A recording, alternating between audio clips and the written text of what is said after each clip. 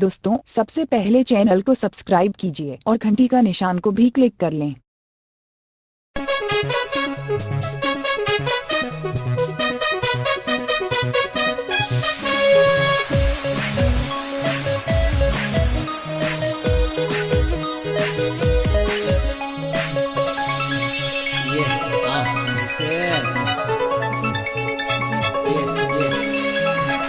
के मतौना तय हवा तीरपान कहाँ तय जावत है बताना मोर जान।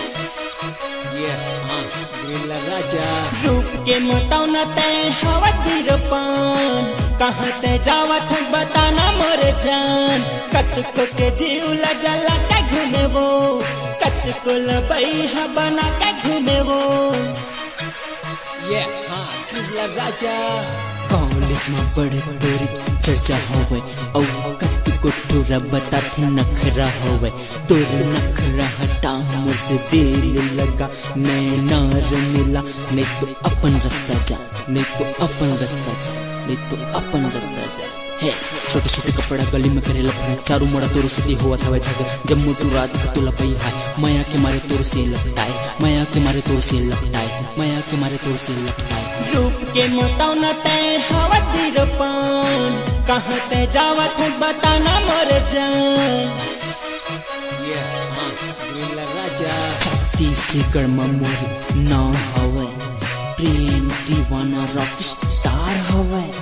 ग्रिजलाल खेलावन यदु लिखे गाना झूम झूम के ये गाना गावे प्रेम दीवाना, गावे प्रेम दीवाना।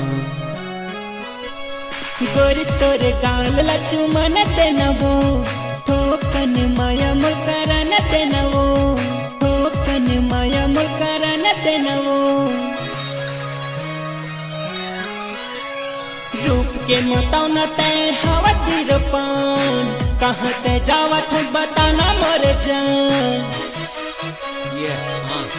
राजा रूप के मतौना तय हवा तीरपान कहाँ तय जावत है बताना मोर जान। कतको के जीव लजला के घूमे वो कतको लबैहा बना के घूमे वो।